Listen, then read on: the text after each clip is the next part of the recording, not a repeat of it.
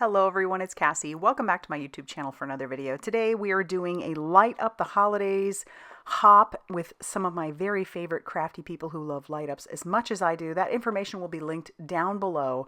But let's talk about what we're using. I am going to be using the Twinkle lights. I love the Twinkle lights. Again, I say that about every light, but I do love them. And then we have our Pearblossom press stamp set. This is a stamp I bought last year from Stampers Anonymous, and it is called Santa Visit. We also have some Idea-ology stuff from last year. We've got the ephemera. We also have the sticker book that has the sentiments.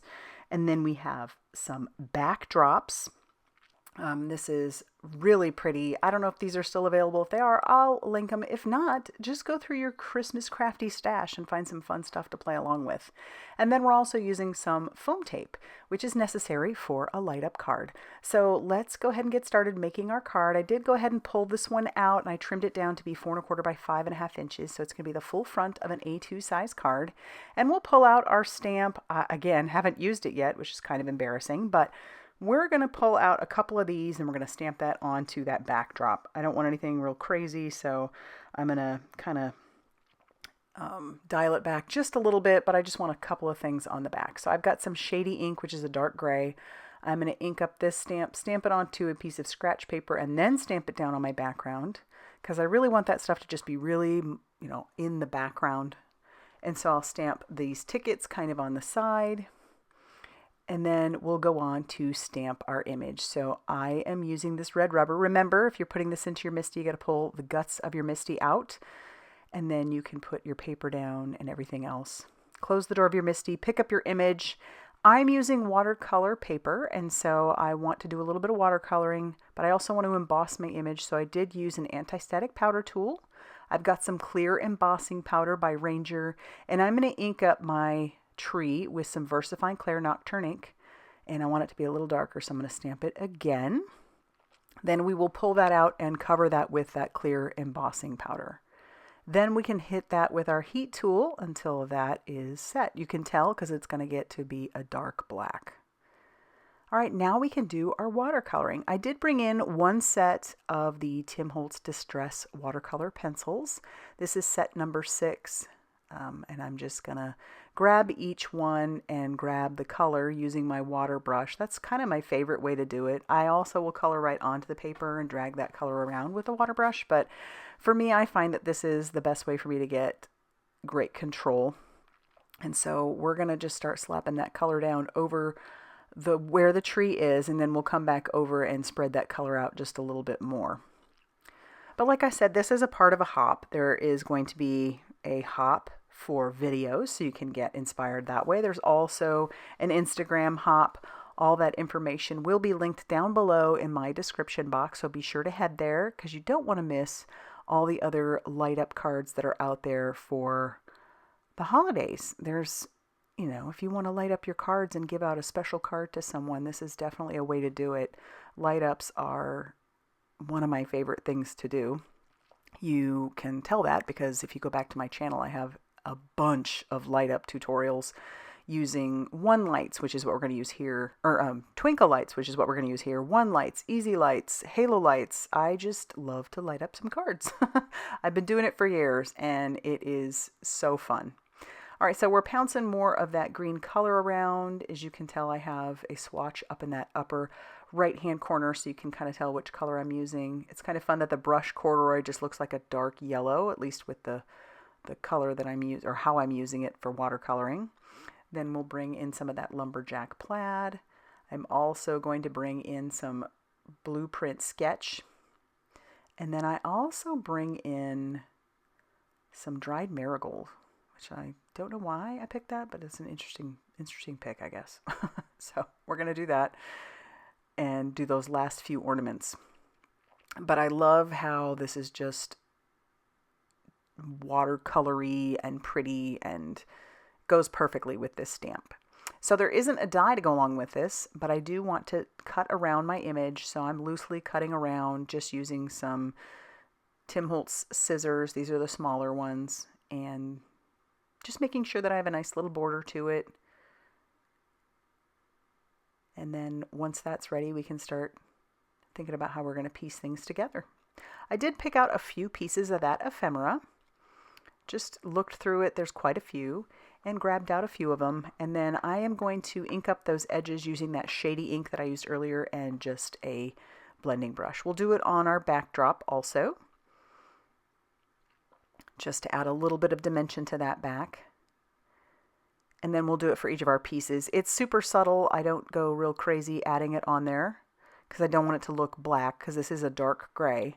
But that does a good job of kind of distressing up those edges.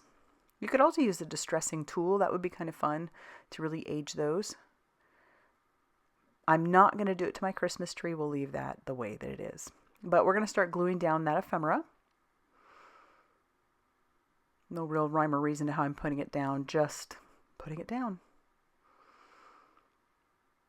A ticket, some postage stamps, December 25th. How cute is that? And then special delivery.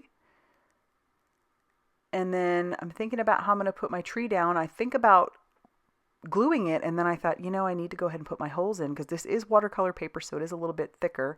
I found my 1/8 inch hole punch, so we're going to punch 3 holes because the Twinkle lights have 3 lights to them. So we'll punch those 3 holes. Then I'm going to use a pencil to mark where those holes are. And then my hole punch won't work through there. It's just a little too far. So I'll just use a paper piercer. Since this is a pattern paper, it's a lot thinner. It's easy to poke through and make those holes a little bit bigger, because you definitely want to make sure they're nice and big.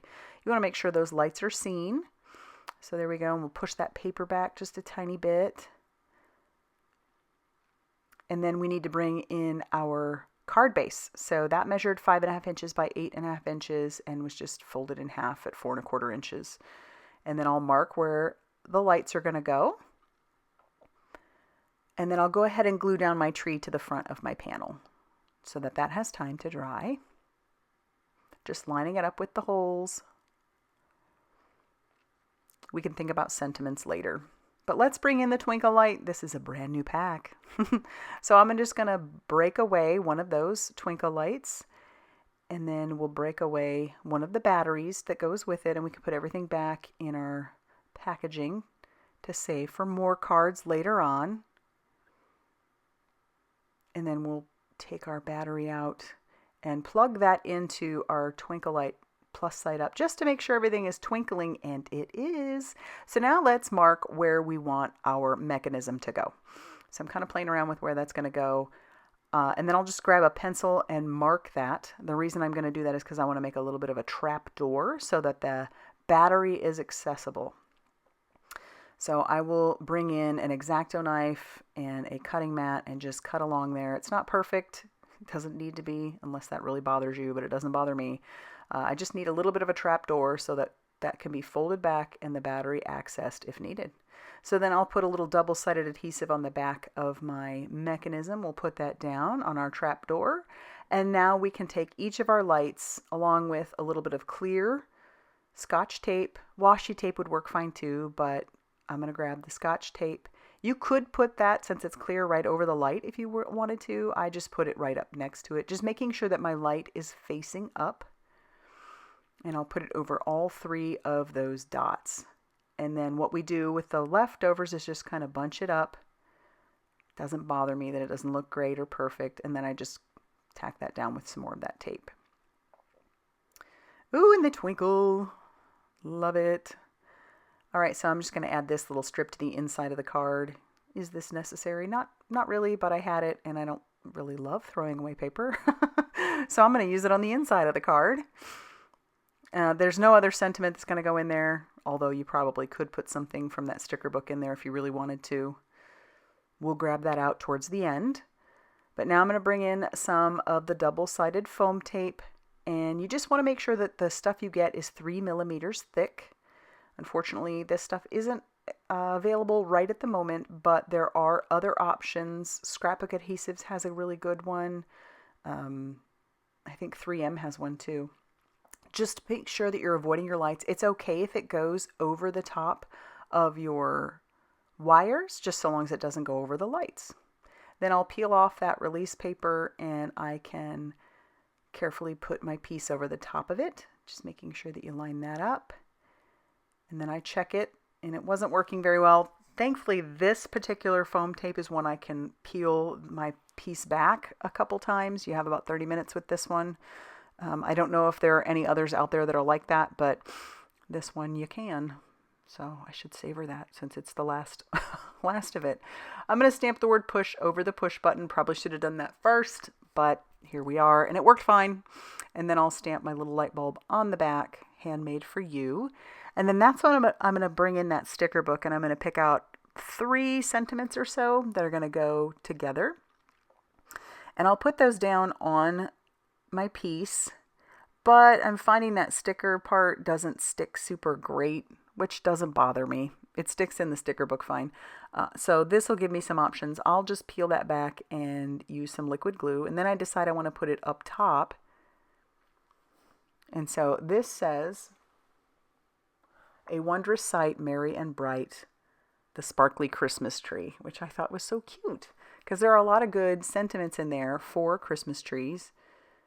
And then I am going to go back into the sticker book and grab one of those in the back. So you have them in red and green in this particular one. Like I said, I don't know if these are available anymore, but I have them, want to use them. So I'll pick out one of those and do the same thing, put a little liquid glue on the back of that, and then believe in the magic.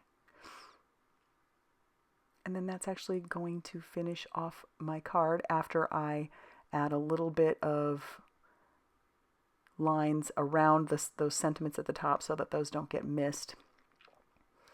But I really like this card. I think it's kind of fun. It's not super grungy, but it is fun and makes me happy. So be sure to head down to my description box down below so that you can hop around and take a look at all those videos. There is a prize available. And I hope this helps you get inspired to light up your holidays. If you like this video, hit that like button. Definitely consider subscribing if you haven't already done so. And as always, I will see you very soon in another video. Bye, everybody.